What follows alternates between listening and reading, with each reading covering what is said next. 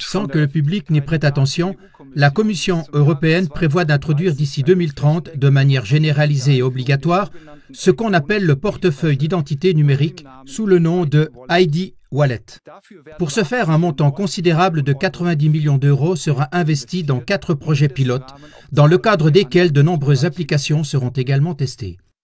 Il s'agit de l'accès aux services administratifs de l'État et aux prestations de sécurité sociale, de la fourniture de passeports et de visas ainsi que de permis de conduire, d'ordonnances médicales et de certificats de formation ou de preuves d'identité professionnelle.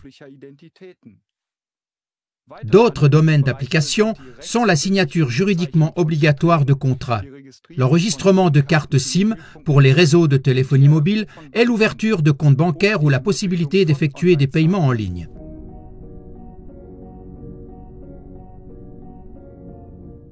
Il est même prévu d'associer le portefeuille ID à un numéro d'identification personnelle valable à vie.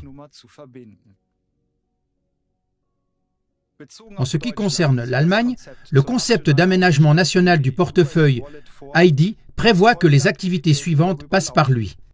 La preuve de la parentalité, l'enregistrement des certificats officiels de bonne conduite et l'identification à l'occasion de l'ouverture de compte pour l'échange de courriels ou l'utilisation de médias sociaux, les inscriptions dans les hôtels, ainsi que l'achat personnalisé de billets d'événements. Il est évident que si le portefeuille ID était introduit, les possibilités d'abus de pouvoir seraient presque illimitées. Les autorités étatiques pourraient à l'avenir surveiller les citoyens avec beaucoup moins de travail administratif, pour ainsi dire d'un simple clic de souris, et imposer des sanctions à volonté si nécessaire. Il serait également possible d'orienter le comportement des citoyens pour atteindre des objectifs politiques ou économiques. Ces deux aspects sont déjà activement pratiqués aujourd'hui en République populaire de Chine. Par exemple, la mobilité des citoyens pourrait être limitée après l'épuisement des budgets CO2 personnels pour des raisons de protection du climat. Mais un comportement indésirable pourrait aussi rapidement conduire au blocage des comptes numériques et donc à l'incapacité d'agir des personnes concernées. Il est évident que le portefeuille ID, en tant qu'instrument pointu de l'État, serait utilisable à volonté et facilement pour restreindre les opposants ou même les éliminer d'un clic de souris et qu'il n'y aurait pratiquement plus de possibilité de se défendre.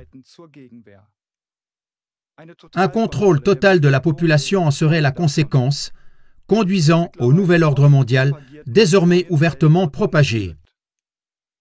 C'est ainsi que le fondateur du Forum économique mondial, le FEM, Klaus Schwab, entre autres, s'y engage activement.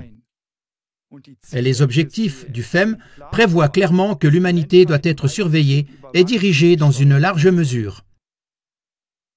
Chers téléspectateurs, aucun d'entre nous ne veut se réveiller dans un esclavage numérique contre lequel il ne pourra plus guère se défendre par la suite.